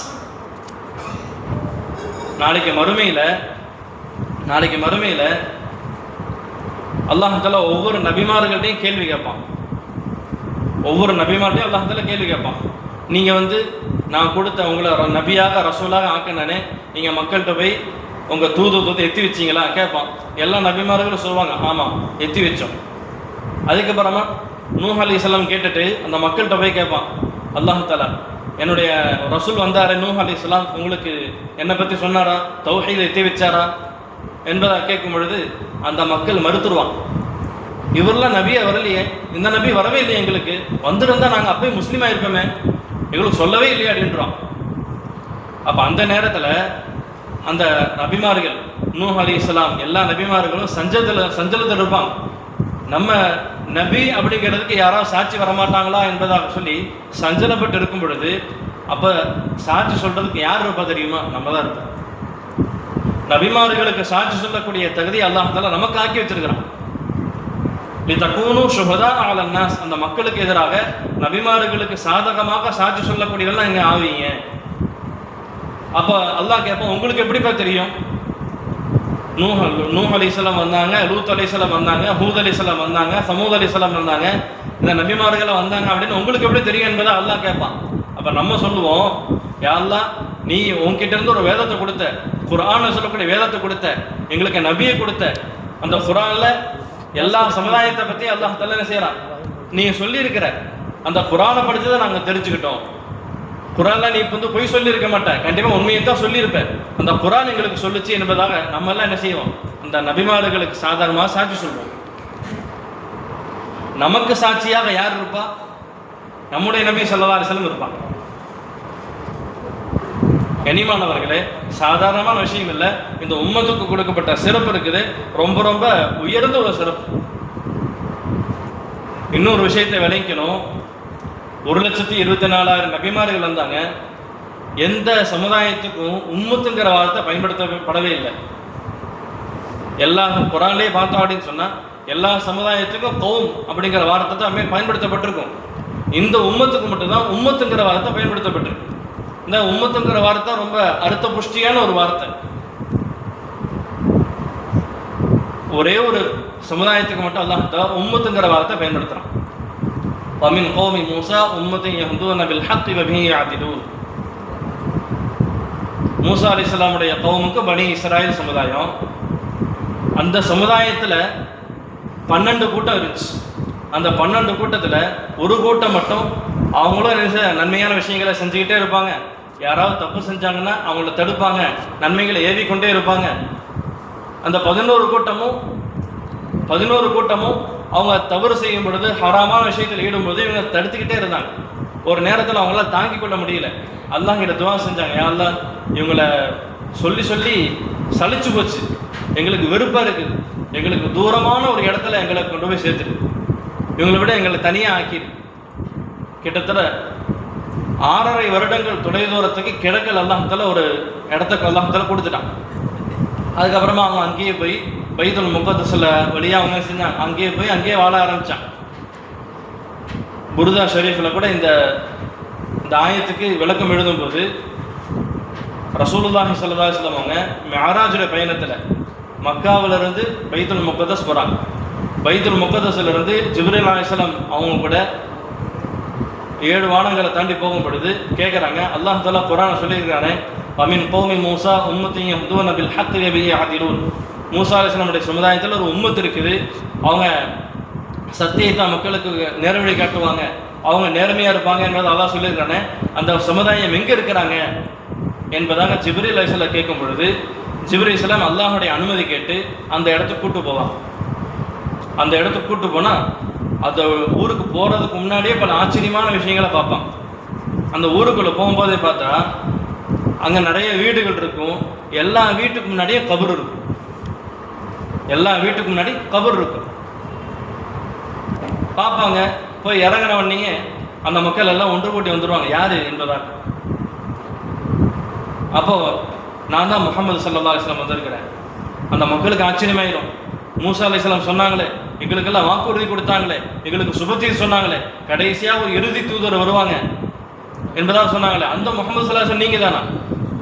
உடனே எல்லாத்துக்கும் ரொம்ப ஆச்சரியமாய் ரொம்ப சந்தோஷப்பட்டு என்ன செய்வோம், எல்லாமே முசாஃபா செய்வான். எல்லாமே நபிசுல்லா ஏற்கனவே மூசா அலைஹிஸ்ஸலாம் கிட்ட ஈமான் கொண்டு முஸ்லீமாக தான் இருக்கிறாங்க. இப்போ என்ன செய்வாங்க, நபிசுல்லா அலைஹிஸ்ஸலாம் கையப்பட்டு அத்தனை பேர் என்ன ஆவாங்க, திரும்ப முஸ்லீம் ஆவாங்க. அப்போ நபிசுல்லா அலைஹிஸ்ஸலாம் அவங்ககிட்ட சில விஷயங்களை கேட்பாங்க. நான் வரும்போது ஒரு விஷயத்தை பார்த்தேனே, உங்கள் வீட்டுக்கு முன்னாடியே கபர் இருக்குது, ஏன் அப்படின்னு கேட்கும் பொழுது அந்த மக்கள் சொல்லுவாங்க, மௌத்துடைய ஞாபகம் வர்றதுக்காக வேண்டி எங்கள் வீட்டுக்கு முன்னாடி என்ன செய்வோம், எங்களை மௌத்தானவங்களை அடக்கம் பண்ணிடுவோம். எப்பவுமே மௌத்துடைய ஞாபகம் வர்றதுக்காக வேண்டி. இப்போ திரும்ப கேட்பாங்க, உங்கள் வீடுகள்லாம் ஒரே மாதிரி இருக்குது. இப்போ நம்ம வீடு கட்டுறோம் அப்படின்னு சொன்னால் பக்கத்தில் உள்ளவங்களுக்கு காற்று வருதா இல்லையா அதெல்லாம் பார்க்கறதே கிடையாது. நமக்கு எவ்வளோ தேவையோ அவ்வளோவெல்லாம் கட்டிடுறோம். ஆனால் நபிசுல்லா அலைஹிஸ்ஸலாம் அவங்கள பார்த்து கேட்டாங்க, உங்கள் வீடுகள்லாம் ஒரே சரிசமமாக இருக்குது, ஏன் அந்த மாதிரி? அதான் மக்கள் சொன்னாங்க, நாங்கள்லாம் எங்களுக்குள்ள எந்த விதமான ஏற்றத்தாடும் இருக்கக்கூடாது. அடுத்த மக்கள் மற்றவங்களுக்கு வந்து காற்று வராமல் தடுக்கக்கூடாதுங்கிறதுக்காண்டி அவங்க ஒரே மாதிரி வீடு கட்டியிருக்கிறோம். அப்படியா, சரி. அதுக்கப்புறமா 3வது ஒரு விஷயத்தை பார்த்தாங்க, உங்களில் யாராவது தலைவர்கள் நீதி செலுத்துறவங்க யாராச்சும் இருக்கிறாங்களா அப்படின்னு சொல்லி கேட்கும்போது அந்த மக்கள் சொல்கிறாங்க, நாங்கள் வந்து ரொம்ப கட்டுப்பாட்டோடு வாழ்ந்துட்டு இருக்கிறோம், அதுக்காக வேண்டி தனி மனித சுதந்திரத்தையே நாங்கள் என்ன செய்யறதில்ல, பறிக்கிறது இல்லை, நாங்கள் ரொம்ப கண்ட்ரோலாக இருக்கிறோம், அதனால் எங்களுக்குன்னு ஒரு தலைவர் நீதம் செலுத்தக்கூடியவர் யாருமே தேவையில்லை. அப்படியா, சரி. அதுக்கப்புறம் திரும்ப கேட்குறாங்க, உங்களில் வந்து வீடுகள் மட்டும்தான் இருக்குது, மார்க்கெட்டை காணாமல் எங்கே போய் பொருள் வாங்குவீங்க அப்படின்னு கேட்குறாங்க நபிசுல்லா அலைஹிஸ்ஸலாம். அப்போ அந்த மக்கள் சொன்னாங்க, நாங்கள் எல்லாருமே விவசாயம் பண்ணுறோம், விவசாயம் பண்ணி என்ன பொருள் வருதோ எங்களுக்கு தேவையானதை எடுத்துட்டு மீதி என்ன செய்கிறோம், தேவைப்பட்டவங்களுக்கு கொடுத்துட்றோம், அவங்கக்கிட்ட இருக்கக்கூடிய தேவையில்லாத விஷயத்தை நாங்கள் வாங்கிக்கிறோம். இந்த மாதிரி பண்டமாற்று முறைப்படி என்ன செய்கிறோம், வாங்கி கொள்கிறோம். எங்களுக்கு எல்லாத்துக்கும் தேவைகள் போக மீதி என்ன இருக்குதோ அதை வந்து எங்கள் ஊரில் இருக்கக்கூடிய முதியவர்கள், குருடர்கள், ஒன்றுமே செய்ய முடியாதவங்க, சம்பாதிக்க முடியாதவங்க, அவங்களுக்கு நாங்கள் பிரித்து கொடுத்துட்றோம். அதுக்கப்புறமா நபி ஸல்லல்லாஹு அலைஹி வஸல்லம் கேட்டாங்க, உங்களை வீடுகளில் யாராவது மௌத்தாகிட்டா ரொம்ப மகிழ்ச்சியோடு இருக்கிறீங்களே, ஏன்? மௌத்தா போயிட்டா அந்த வீட்டில் ரொம்ப சந்தோஷமாக இருப்பான். அப்போ அந்த மக்கள் சொன்னாங்க, எங்களை யாராவது மௌத்தா போயிட்டாங்கன்னா எங்களுக்கு உறுதியாக நம்பிக்கை இருக்குது, அவங்க அல்லாஹ்வுடைய பொருத்தத்தோடு தான் மௌத்தா போயிருக்கிறாங்க. அல்லாஹ்வுடைய பொருத்தத்தோடு மௌத்தா போயிட்டாங்க அப்படின்னு சொன்னால் எங்களுக்கு என்ன கவலை, அவங்க சொர்க்கத்துக்கு போக போகிறாங்க. சரி, உங்கள் வீட்டில் யாராவது குழந்தை பிறந்துச்சுன்னா எல்லாம் உட்காந்து அழுகிறீங்களே, அதுக்கு என்ன காரணம்? இன்னைக்குள்ள நடைமுறைக்கு நேர் உள்டாவாக இருக்குல்ல. குழந்தை பிறந்தா சந்தோஷப்படுறோம், மௌத்தான வீட்டில் அழுகிறோம். ஆனால் அவங்க என்ன செய்கிறாங்க? மௌத்தா போனால் சந்தோஷப்படுறாங்க, குழந்தை பிறந்தா அழுகிறாங்க. குழந்தை பிறந்தையே அழுகிறாங்க அப்படின்னு சொன்னால் அந்த குழந்தை நாளைக்கு நல்லவனாக வருமா கெட்டவனாக வருமா தெரியாது, சீதேவியா மூதேவியான்னு தெரியாது. அதுக்காக வேண்டி ஒரு குழந்தை பிறந்துருச்சு அப்படின்னு சொன்னால் ஆண் குழந்தையாக இருந்தால் அந்த குழந்தையோட அத்தா என்ன செய்வாராம்? 1 மாதம் நோன்பு வைப்பாராம். பெண் குழந்தையாக இருந்தால் 2 மாதம் நோன்பு வைப்பாராம். எதுக்கு? அந்த குழந்தை நல்ல குழந்தையாக வளர வேண்டும் என்பதற்காக வேண்டி. இப்படி கேள்வி கேட்டுட்டு போகும்போது நபி ஸல்லல்லாஹு அலைஹி வஸல்லம் கேட்குறாங்க, உங்களை யாராவது விபச்சாரம் பண்ணுவீங்களா? ஜினா செய்யக்கூடிய பழக்கம் உங்களை யாருக்காச்சும் இருக்குதா அப்படின்னு கேட்டால் அந்த மக்கள் சொன்னாங்க, ஜினா செஞ்சால் வானம் இடிஞ்சு விழுந்துராதா? ஜினா செஞ்சால் வானம் இடிஞ்சு விழுந்துராதா? அப்புறம் நாங்கள் ஜினா செய்வோம், ஜினாலாம் செய்ய மாட்டோம். திரும்ப கேட்டாங்க, உங்களை யாராவது அடுத்தவங்களை பார்த்து சந்தேகப்படுறது, பொறாமை, வஞ்சகம், இந்த மாதிரி பழக்கம் இருக்குதா? கிடையாது. ரிஸ்க்கு கொடுக்கறது யாருடைய பொறுப்பு? அல்லாஹ்வுடைய பொறுப்பு. அல்லாஹ் தான் எங்களுக்கு எல்லாத்துக்கும் சரிசமமான பிரித்து கொடுக்குறான். அப்படி இருக்கும்போது அடுத்தவங்க மேலே சந்தேகப்படுறது, பொறாமப்படுறது இதெல்லாம் தேவையே இல்லை. செஞ்சால் உங்களை யாராவது பாவம் செய்கிறவங்களும் இருக்கீங்களா? உங்களை ஏதாச்சும் நோய் வருமா? ஹாஸ்பிட்டலே இல்லை, மருத்துவர்களே இல்லை, நோயெல்லாம் வராது அவங்களுக்கு. அப்போ சொன்னாங்க, பாவம் செஞ்சால் தான் நோய் வரும், பாவம் செஞ்சால் தான் நோய் வரும், நாங்கள் பாவமே செய்யறது இல்லையே, அப்புறம் எப்படி நோய் வரும் என்பதாக கேட்டாங்க. திரும்ப கேட்டாங்க, உங்களை காட்டுக்குள்ள உங்களை சுற்றி காடுகள் தான் இருக்குது, காட்டு மிருகங்கள் உங்களை எதுவும் தொந்தரவு பண்ணுறது இல்லையான்னு கேட்டாங்க நபி ஸல்லல்லாஹு அலைஹி வஸல்லம். அப்போ சொன்னாங்க, நாங்கள் அந்த காட்டு மிருகத்தை எதுவும் டிஸ்டர்ப் பண்ணுறது இல்லை, தொந்தரவு கொடுக்கறது இல்லை, அதனால் அந்த காட்டு மிருகம் கூட எங்களுக்கு எந்த டிஸ்டர்பும் பண்ணுறது கிடையாது. கண்ணியமானவர்களே, அப்போ அந்த மக்கள், இந்த மக்களை பற்றி தான் அல்லாஹ் என்ன செய்யறான் குர்ஆன்ல, வமின் கௌமி மூசா உம்மத்தின் யஹ்தூன பில் ஹக்கி வ பிஹி யஅதிலூன். மூசா அலைஹிஸ்ஸலாமுடைய சமுதாயத்தில் ஒரு உம்மத் இருக்குது. இந்த இடத்துல அந்த கூட்டத்துக்கு, அந்த ஊரில் வாழக்கூடிய மக்களுக்கு அல்லாஹ் தஆலா உம்மத்துங்கிற வார்த்தையை அல்லாஹ் தஆலா பயன்படுத்தியிருக்கிறான். ஏன்? அவங்க சத்தியத்தை கொண்டு மக்களுக்கு என்ன செய்வாங்க? நேர்வழி காட்டுவாங்க, அவங்க ரொம்ப நீதமாக இருப்பாங்க என்பதை அல்லாஹ் சொல்லி காட்டுறான். கண்ணியமானவர்களே, இந்த உம்மத்துக்கு உண்டான சிறப்பு இன்னும் அதிகமாக சொல்லிக்கொண்டே போகலாம். எவ்வளோ சிறப்புகள் இருக்கு. இந்த உம்மத்துக்குண்டான சிறப்பை சொல்லி முடிக்கவே முடியாது. ஆனால் இன்னைக்கு இந்த சமுதாயத்துக்கு என்ன தேவை? இந்த சமுதாயத்துக்கு என்ன தேவை? நபி ஸல்லல்லாஹு அலைஹி வஸல்லம் உருவாக்கிய ஒரே சமுதாயம் இந்த உம்மத். இந்த சமுதாயம் முன்னேறணும் அப்படின்னு சொன்னால், இந்த சமுதாயம் உலகத்துலேயும் சரி, நாளைக்கு அல்லாஹ் கிட்ட ஒரு உயர்ந்த அந்தஸ்து அடையணும் அப்படின்னு சொன்னால் என்ன செய்யணும்? பொருளாதாரத்தில் முன்னேற்றத்தை ஏற்படுத்தணுமா, இல்லை அரசியலில் முன்னேற்றத்தை ஏற்படுத்தணுமா, இல்லை சமூக வாழ்க்கையில் முன்னேற்றத்தை ஏற்படுத்தணுமா, இல்லை என்ன செய்யணும்? குணங்களில் முன்னேற்றத்தை ஏற்படுத்தணுமா, என்ன செய்யணும்? என்ன செஞ்சால் உலகத்திலையும் சிறந்தவர்களாக நம்ம ஆவோம், நாளைக்கு மறுமையில் அல்லாஹ்கிட்டையும் உயர்ந்த அந்தஸ்து அடைவோம்? 2 காரியத்தை செஞ்சால் போதும். இந்த உம்மத் இன்னைக்கு நாம் தவற விட்டு ஒரு 2 விஷயம், அந்த 2 விஷயத்தை நம்ம செஞ்சுட்டாலே போதும், இந்த உம்மத் உயர்ந்த அந்தஸ்துக்கு போயிடும். அந்த 2 முதலாவது என்னன்னு சொன்னால், நம்ம செய்ய மறந்த, செய்வதை விட்டு ஒரு விஷயம். மாற்றார்களுக்கு இஸ்லாத்தை பற்றி சொல்லக்கூடிய ஒரு விஷயம் நம்ம விட்டுட்டோம். மாற்றார்களுக்கு இஸ்லாத்தை பற்றி சொல்லக்கூடிய விஷயத்தை நம்ம விட்டுட்டோம், சுத்தமாக விட்டுட்டோம். கண்ணியமானவர்களே, எல்லா நபிமார்களும் வந்த நோக்கம் சிலைகளை வணங்காதீங்க, அல்லாஹ் மட்டுமே வணங்குங்க என்று சொல்லுறது தான் வந்தான். இந்த உம்மத்துக்கு ஏற்கனவே சொல்லப்பட்ட மாதிரி இந்த உம்மத்துக்கு எல்லா நபிமார்களுக்கு கொடுக்கப்பட்ட எல்லா சிறப்புகளும் இந்த உம்மத்துக்கு இருக்கு. இந்த உம்மத்தில் அல்லாஹ் தஆலா பிறக்க வச்ச காரணமே என்னன்னு கேட்டால், மற்ற மக்களுக்கு இஸ்லாத்தை பற்றி சொல்லணும். ரசூலுல்லாஹி ஸல்லல்லாஹு அலைஹி வஸல்லம் அவங்க நுபுவத்து கிடைச்ச உடனே, நபிப்பட்டம் கிடைச்ச உடனே ஆரம்பமாக இஸ்லாத்தை ஏற்றுக்கொண்டது ஹதீஜா ரலியல்லாஹு அன்ஹா, அலி ரலியல்லாஹு அன்ஹு, அபூபக்கர் சித்திக் ரலியல்லாஹு அன்ஹு. அபூபக்கர் சித்திக் ரலியல்லாஹு அன்ஹு முஸ்லீமான உடனே கேட்டாங்க, யாரும் சொல்ல இப்போ நான் என்ன செய்யறது? அப்போ நபி ஸல்லல்லாஹு அலைஹி வஸல்லம் சொன்ன வார்த்தை வதீஃபத்தி வதீஃபத்துக்க, என் வேலை தான் ஓ வேலை என்பதாக சொன்னாங்க. என் வேலை தான் ஓ வேலை. உடனே போனாங்க. முதல் நாள் 5 பேர்த்த கூட்டு வந்தான் முஸ்லீமாக்கி. 2வது நாள் 4 பேர்த்து கூட்டு வந்தான். எல்லாமே அஷரத்து முபஷரா, உலகத்திலேயே சொர்க்கத்துக்கு சுபத்தீது சொல்லப்பட்ட 10 நபர்களை கட்டுப்பட்டவங்க. ஹதரத் உஸ்மான் ரலியல்லாஹு அன்ஹு, சஅத் பின் அபி வக்காஸ் ரலியல்லாஹு அன்ஹு, பெரும் சஹாபாக்கள். கண்ணியமானவர்களே, அது மட்டும் இல்லை, ஹதீஜா ரலியல்லாஹு அன்ஹா அவங்க என்ன செஞ்சாங்க, பெண்களுக்கு மத்தியில் அவங்களுக்கு தெரிஞ்ச பெண்களுக்கெல்லாம் இஸ்லாத்தை பற்றி சொல்லிக்கிட்டே இருந்தாங்க. அதுக்கப்புறமா அலி ரலியல்லாஹு அன்ஹு அவங்க வயதில் இருக்கக்கூடிய வாலிப சஹாபாக்கள் அவங்களுக்கு இஸ்லாத்தை பற்றி சொல்லிக்கிட்டே இருந்தாங்க. பொதுவாக சஹாபாக்கிட்ட ஒரு விஷயம் இருந்துச்சு, இஸ்லாத்தை ஏற்றுக்கொண்டவனே உடனே என்ன செய்வான், மக்களுக்கு இஸ்லாத்தை பற்றி சொல்ல ஆரம்பிச்சிடுவான். எவ்வளவு எதிர்ப்பு வந்தாலும் கூட பரவாயில்ல. அபூதர் கிஃபாரி ரலியல்லாஹு அன்ஹு சொல்லக்கூடிய ஒரு சஹாபி, நபி ஸல்லல்லாஹு அலைஹி வஸல்லம் மக்காவில் இஸ்லாத்தை பற்றி சொல்கிறாங்க அப்படிங்கிற விஷயம் கேள்விப்பட்ட உடனே அவங்க சகோதரன் அனுப்பி வச்சான், நீ போய் நிலவரத்தை கேட்டுட்டு வா. கேட்டுட்டு வந்தவொடனே சொன்னாங்க, நபி ஸல்லல்லாஹு அலைஹி வஸல்லம் அவங்களுக்கு அந்த மக்காவில் இருக்கக்கூடிய மக்கள் ரொம்ப எதிர்ப்பு தெரிவிக்கிறாங்க, மறைச்சு தான் என்ன செய்கிறாங்க இருக்கிறாங்க. அடுத்த நாள் அவருக்கு கேட்டுட்டு சும்மா இருக்க முடியல, வந்துட்டாங்க. வந்து ஹரம் ஷரீஃப்க்கு வந்து உட்கார்றாங்க. நபி ஸல்லல்லாஹு அலைஹி வஸல்லம் அவங்களை பற்றி யாருக்கிட்டையுமே கேட்கல, அமைதியாக உட்கார்ந்துருக்கிறாங்க. இஷாவுக்கு பின்னாடி ஹதரத் அலி ரலியல்லாஹு வர்றாங்க. அந்த காலத்துலலாம் பள்ளிவாசலுக்கு யாராச்சும் புது ஆள் வந்தால் அந்த மக்கள் என்ன செய்வாங்க, ஊருக்கு புதுசாக இருக்குது, தங்கிறதுக்கு இடம் இருக்குதுன்னு தெரியலையே, சாப்பிட்டாதான் தெரியலையே, உடனே வீட்டுக்கு கூப்பிட்டு போவாங்க. அது அரபருடைய பழக்கம். அது பார்த்தாங்க, பார்க்கறதுக்கு புதுசாக இருக்கிறாரு, வாங்க வீட்டுக்கு போவோம் அப்படின்னு சொல்லி வீட்டுக்கு கூப்பிட்டு சாப்பாடு கொடுத்தாங்க, தங்க வச்சாங்க. காலையில் திரும்ப பள்ளிக்கு வந்துட்டாங்க. திரும்ப 2வது நாள் அதே மாதிரி ஆச்சு.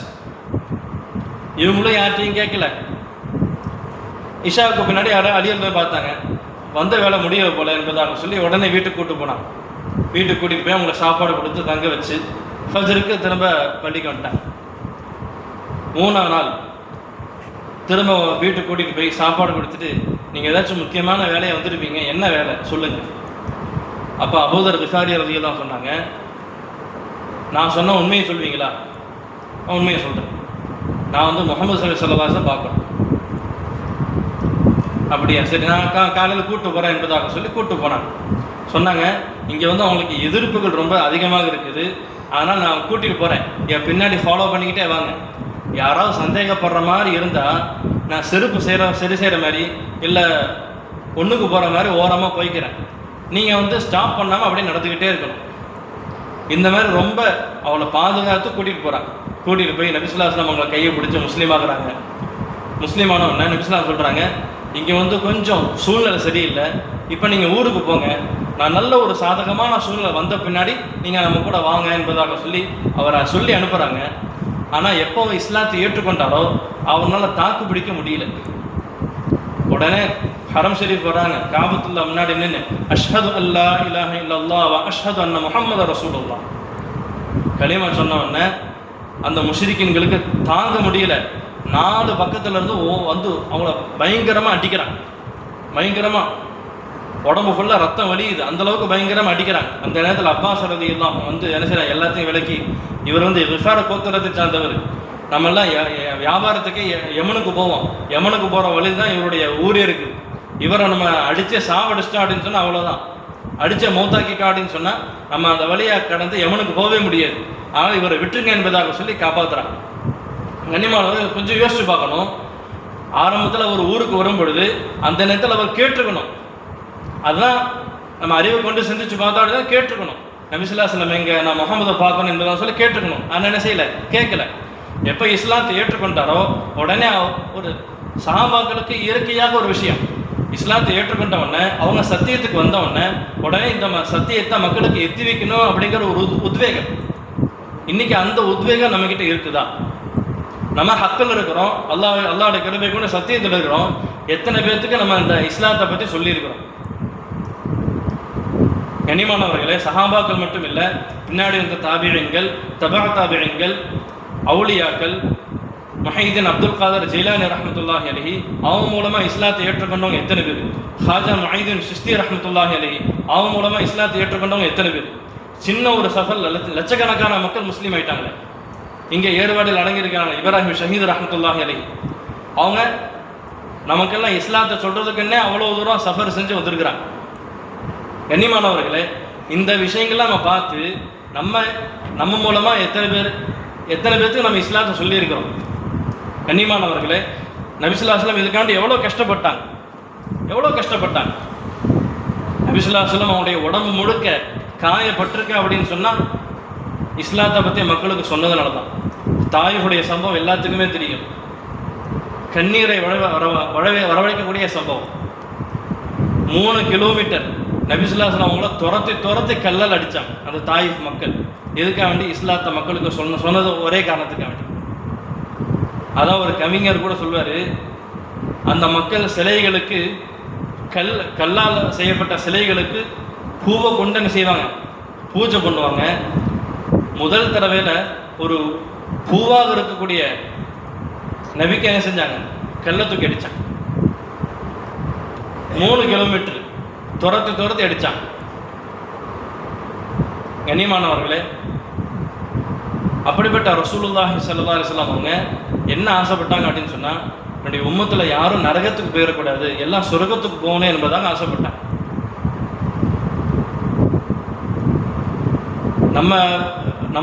நமக்கு ரொம்ப அறிமுகமான நம்ம நண்பர்கள், தோழர்கள், நம்ம கூட வேலை செய்கிறவங்க எத்தனையோ பேர் இருப்பாங்க. அவங்களுக்கு நம்ம இஸ்லாத்தை பற்றி சொன்னோம் அப்படின்னு சொன்னாலே நம்முடைய கடமை முடிஞ்சிடும். ஹிதாயத்தை கொடுக்கறது அல்லாஹ்வுடைய கையில் இருக்குது. ஏன் அப்படின்னு சொன்னால், இந்தியாவில் இன்றைய காலகட்டத்தில் அதிகமாக மாற்றார்களுக்கு அதிகமாக இஸ்லாத்தை பற்றி சொல்கிறது இருக்குது. மௌலானா கலீம் சித்திக் சாஹிப் தான் வடநாட்டில் இருக்கிறாங்க. அவங்க மூலமாக அல்லாஹ்வுடைய கிருபை கண்டு 1,00,000 பேர் முஸ்லீம் ஆயிட்டாங்க. 1,00,000 பேர் அல்லாஹ்வுடைய முஸ்லீம் ஆயிட்டாங்க. அதில் அதிகமான பேர் எந்த அளவுக்கு அப்படின்னு சொன்னால், பாபர் மஸ்ஜிதை இடித்த பல்பீர் சிங், யோகேந்திர சிங் அவங்களாம் இவங்க கையால் முஸ்லீம் ஆகி முகமது ஆமீர், முகமது அமருங்கிற பேரில் வாழ்ந்துட்டு இருக்கிறாங்க. ஒருத்தர் மௌத்தாயிட்டார்.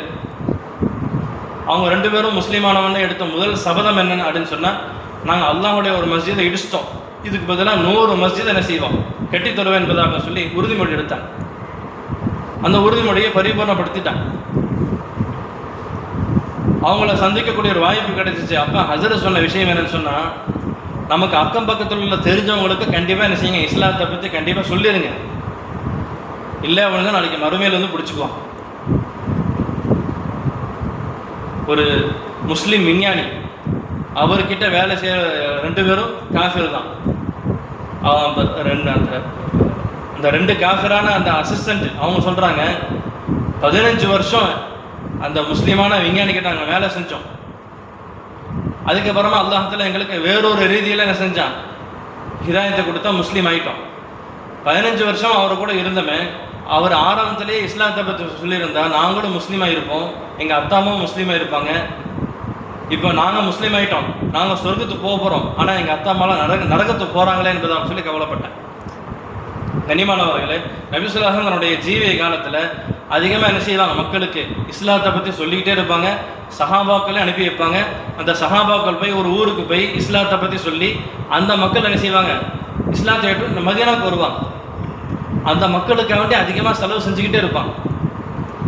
இஸ்லாத்தை பற்றி சொல்கிறது அப்படின்னு சொன்னால் எடுத்தவொடனே சொல்ல முடியாது. ஃபஸ்ட்டு முஸ்லீம்கள் மேலே ஒரு நல்ல எண்ணம் வரணும். நல்ல எண்ணம் வரணும் அப்படின்னு சொன்னால் அவங்களுக்கு தேவையான விஷயத்தை நம்ம செஞ்சு கொடுக்கணும். பொருளாதார உதவி செய்கிறது, பேங்க்கில் நமக்கு இன்ட்ரெஸ்ட் காசு வரும், இன்ட்ரெஸ்ட் காசு, வட்டி காசு. அந்த வட்டி காசை செலவு செய்கிறதுக்கு தகுதியான இடம் எதுக்குன்னா காஃபிரான ஏழைகள். இன்னும் எத்தனையோ இருக்குது. நபி ஸல்லல்லாஹு அலைஹி வஸல்லம் காலத்தில் ஒரு பெரிய ஒரு கூட்டம், ஒரு கவியில் ஒன்று வருது. வந்தவொடனே நபி ஸல்லல்லாஹு என்ன செய்வாங்க, மதீனாவுக்கு வந்துட்டாங்க, மஸ்ஜித் நபி வந்துட்டாங்க அப்படின்னு சொன்னால் பெரிய எல்லாத்துக்கும் ஒருத்தர சாப்பாடு போட முடியாது. ஒவ்வொருத்தரும் சஹாபாக்கிட்ட கேட்பாங்க, நீங்கள் எத்தனை பேரை கூட்டிகிட்டு போகிறீங்க, நீங்கள் எத்தனை பேரை கூட்டிகிட்டு போவீங்க, ஒவ்வொருத்தராக கேட்பாங்க. நான் 2 பேரை கூட்டு போகிறேன், நான் 3 பேரை கூட்டு போகிறேன். அவங்க கூட்டிகிட்டு போய் என்ன செய்வாங்க, வீட்டில் அவங்களுக்கு சாப்பாடு கொடுத்து தங்க வச்சு இஸ்லாத்தை பற்றி எல்லா விஷயங்களும் சொல்லிக் கொடுப்பாங்க. அது நபிஸ்லாம் காலத்தில் நடந்த ஒரு வளமை. அந்த மாதிரி ஒரு கூட்டம் வந்தப்போ நபிஸ்லாஸ்லம் என்ன செஞ்சாங்க, அந்த மாதிரி பிரித்து விட்டாங்க. ஒவ்வொருத்தரும் என்ன செஞ்சாங்க, அந்த கூட்டத்துடைய தலைவர் ரொம்ப குண்டாக இருந்தார், ரொம்ப குண்டு, பார்க்கறதுக்கே ரொம்ப விகாரமாக இருந்தார். சஹாபாக்கள் நினைச்சாங்க இவரை வீட்டுக்கு கூட்டு போனால் இருக்கிற சாப்பாடு ஃபுல்லாக காலி பண்ணிடுவார். அதனால் மற்றவங்களாம் கூட்டு போயிட்டார். அவர் பேர் ஜஹ்ஜா என்று சொல்லக்கூடிய ஒருத்தர். எல்லாம் போயிட்டாங்க, அவரு மட்டும் மிஞ்சி இருக்கிறார். அவரை கூட்டிகிட்டு போகிறதுக்கு எந்த சஹாபிக்கும் என்ன இல்லை, தைரியம் இல்லை. இப்படி இருக்கும்போது நபி ஸல்லல்லாஹு அலைஹி வஸல்லம் அவங்க வீட்டுக்கு அவரை கூட்டு போகிறார். ஜஹ்ஜா என்று சொல்லக்கூடிய அந்த பேரை கூட்டு போகிறாங்க. கூட்டு போய் வீட்டில் என்ன இருக்குன்னு கேட்குறாங்க. உங்களுக்கு அவன்ட்டு ஆட்டுப்பால் கறந்து வச்சேன். அப்படியா, சரி, அந்த ஆட்டுப்பாலை கொடுத்தாங்க. ஒரு கோப்பம் நிறையா இருந்துச்சு, ஃபுல்லாக குடித்தார். இன்னும் கொடுங்க. அப்புறம் இன்னொரு ஆட்டுப்பால் இருந்துச்சு, அதையும் வந்து கொடுத்தாங்க. அதை ஃபுல்லாக குடித்தார். இன்னும் வேணும், குடித்தார். 7 ஆட்டுப்பால் குடிச்சிட்டார். 7 ஆட்டுப்பால் குடித்தோடனே எல்லாமே நபி ஸல்லல்லாஹு அலைஹி வஸல்லம் அவன் குடும்பத்துக்காண்டி வச்சுருந்த பால். 7 ஆட்டுப்பாலும் இவர் குடித்தோடனே அவன் மனைவிக்கு ரொம்ப கோபம் வந்துருச்சு. 7 ஆட்டுப்பாலையும் அந்த ஆள் குடிச்சிட்டான், நபிக்கு ஒரு சொட்டு கூட வைக்கல. நான் நபியை பசியாக்காம அல்லாஹ் உன்னையும் பசியாக்குவோம் நாங்கள் அப்படின்னு திட்ட மாதிரி சொல்ல ஆரம்பித்தான். நபி ஸல்லல்லாஹு அலைஹி வஸல்லம் சொல்கிறாங்க, திட்டாத. உடனே அடுத்த நாள் கூட்டு போயிட்டாங்க. பள்ளியில் வந்து இஸ்லாத்தை பற்றி சொல்லி அடுத்த நாள் நைட்டு கூட்டு வர்றாங்க. கூட்டு வந்தால் இன்றைக்கும் இருக்குதா, கொடு. ஆட்டுப்பால் கறந்து கொடுக்கப்பட்டுச்சு. கொடுத்து முடித்தோடனே ஒரு கோப்பை ஃபுல்லாக குடித்தார். குடித்தோடனே போதும் அப்படின்ட்டு. அப்போ வீட்டுக்குள்ளே வந்து குரல் வச்சு, நேற்று வந்தவர் வேற ஆள், இன்னைக்கு வந்தவர் வேற ஆள் போல. இல்லை, நேற்று வந்ததும் இன்னைக்கு வந்ததும் ஒரே ஆள் தான். அப்போ நேற்று மட்டும் 7 ஆட்டுப்பால் குடித்தார், இன்னைக்கு ஒரே ஆட்டுப்பால். நபி ஸல்லல்லாஹு சொன்னாங்க, அல் காஃபிரு யக்குலு ஃபீ சபஅத்தி இம்ஆ வல் முஃமினு யக்குலு ஃபீ மிஅன் வாஹித். ஒரு காஃபிர் இருக்கிறானே 7 குடலை சாப்பிடுவான், ஒரு முஸ்லீம் ஒரு குடலை தான் சாப்பிடுவான். நேற்று காஃபிராக இருந்தார், இன்னைக்கு முஸ்லீமாக இருக்கிறாரு. அதனால ஒரு கோப்பை பால் குடித்தோன்னா வயிறு ஃபுல்லாகிடுச்சு. ஏன்? காஃபிர் பிஸ்மில்லா சொல்லாமல் குடிப்பான், முஸ்லீம் பிஸ்மில்லா சொல்லி குடிப்பான்.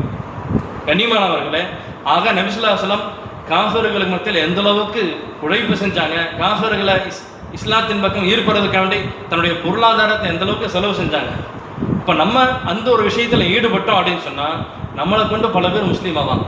அல்லாஹ் தஆலா குர்ஆனை சொல்லி காட்டுறான், ஷரஅ லக்கும் மின தீனி மா வஸ்ஸா பிஹி நூஹன் வல்லதி அவ்ஹைனா இலைக வமா வஸ்ஸைனா பிஹி இப்ராஹீம வ மூஸா வ ஈஸா அன் அகீமுத் தீன வ லா ததஃபர்ரகு ஃபீஹ் கபர அலல் முஷ்ரிகீன மா ததுஊஹும் இலை. நூஹ் அலைஹிஸ்ஸலாமுக்கு என்னென்ன விஷயங்களை உபதேசமாக செஞ்சோமோ அதை தான் உங்களுக்கு ஷரீஅத்தில் கடமையாக்கப்பட்டிருக்கு. அது மட்டும் இல்லை, நபியை உங்களுக்கு நம்ம எதை வஹையாக அறிவித்தோமோ, இப்ராஹிம் அலைஹிஸ்ஸலாம், மூஸா அலைஹிஸ்ஸலாம், ஈஸா அலைஹிஸ்ஸலாம் அவங்களுக்கெல்லாம் எதெல்லாம் வஹையாக அறிவித்தோமோ அதைத்தான் உங்களுக்கு ஷரீஅத்தாக ஆகப்பட்டிருக்கு. என்ன கடமையாக்கப்பட்டிருக்கு? அத்தையுமுத்தீன், மார்க்கத்தை நிலைநாட்டணும். வலா ததஃபர்ரகு, நீங்கள் பிரிஞ்சு போயிடாதீங்க. கபர அலல் முஷ்ரிகீன மா ததுஊஹும் இலை. நீங்கள் இஸ்லாத்தின் பக்கம் மக்களுக்கு சொல்ல ஆரம்பிச்சிட்டீங்க அப்படின்னு சொன்னால் காஃபிர்களுக்கு மிகப்பெரிய ஒரு பாரமாக இருக்கும். என்ன பாரமாக இருக்கும் அப்படின்னு சொன்னால், நம்ம இஸ்லாத்தின் பக்கம் மக்களுக்கு சொல்ல ரெண்டே ரெண்டு தான் நடக்கும், மூணாவது ஒன்றும் நடக்காது. ஒன்று ஆட்டோமேட்டிக்காக முஸ்லீம் ஆயிடுவாங்க, இல்லை இஸ்லாத்து மேலே முஸ்லீம்கள் மேலே எதிர்ப்பு காட்டவே முடியாது. முஸ்லீம்களை எதிர்க்கவே மாட்டாங்க. நம்ம மாற்றார்களுக்கு இஸ்லாத்தின் பக்கம் அழைப்பு கொடுக்கறதுக்கு அவங்கள கட்டி போட்டுரும். கண்ணியமானவர்களே, இந்த ஒரு விஷயத்தை நம்ம செய்ய ஆரம்பிச்சிட்டோம் அப்படின்னு சொன்னால் உம்மத்தில் மிகப்பெரிய ஒரு மறுமலர்ச்சி கண்டிப்பாக ஏற்படும். ரெண்டாவதாக நம்ம செய்ய வேண்டிய விஷயம் என்னன்னு சொன்னால், அதுவும் நம்ம தவற விட்ட ஒரு விஷயம், ரசூலுல்லாஹி ஸல்லல்லாஹு அலைஹி வஸல்லம் அவருடைய ஒவ்வொரு சுன்னத்தையும் நம்ம கடைபிடிக்கிறது. சுன்னத்து அப்படின்னு சொன்னாலே நம்ம ஞாபகத்துக்கு வர்றது என்னதுதான்? சத்தனா செய்கிறதா ஞாபகம் வருது. அல்லாஹ் பாதுகாக்கணும். இன்னும் தீன்தாரியாக இருக்கிறவங்க, தொழுகையாளி இருக்கிறவங்க, அவங்ககிட்ட சுன்னத்துன்னா என்னன்னு கேட்டால், தொழுகை பின்னாடி இருக்கக்கூடிய முன் சுன்னத்து பின் சுன்னத்து, அதுதான். கண்ணியமானவர்களே, லக்கது கான லக்கும் ஃபீ ரசூலில்லாஹி உஸ்வத்துன் ஹஸனா, திட்டமாக அல்லாஹ்வுடைய தூதரிடத்தில் நமக்கு அழகிய முன்மாதிரி இருக்கிறது என்பதாக சொல்லி கேட்டான் அல்லாஹ் தஆலா. நபி ஸல்லல்லாஹு அலைஹி வஸல்லம் நம்முடைய முழு வாழ்க்கைக்கு ஒரு ரோல் மாடல் நபி ஸல்லல்லாஹு அலைஹி வஸல்லம் அவங்க தான். வெறும் இபாதத்துக்கு மட்டும் இல்லை, நம்ம அன்றாடம் காலையில் எழுந்தது முதல் இரவு படுக்கிற வரைக்கும், இரவு படுத்துலேருந்து காலையில் எந்திரிக்க வரைக்கும், எச்சி துப்புறது ஆட்சி செலுத்துற வரைக்கும் என்னென்ன விஷயங்கள் மனுஷன் செய்கிறானோ எல்லாத்துக்கும் நபி ஸல்லல்லாஹு அலைஹி வஸல்லம் மிகப்பெரிய ரோல் மாடல்.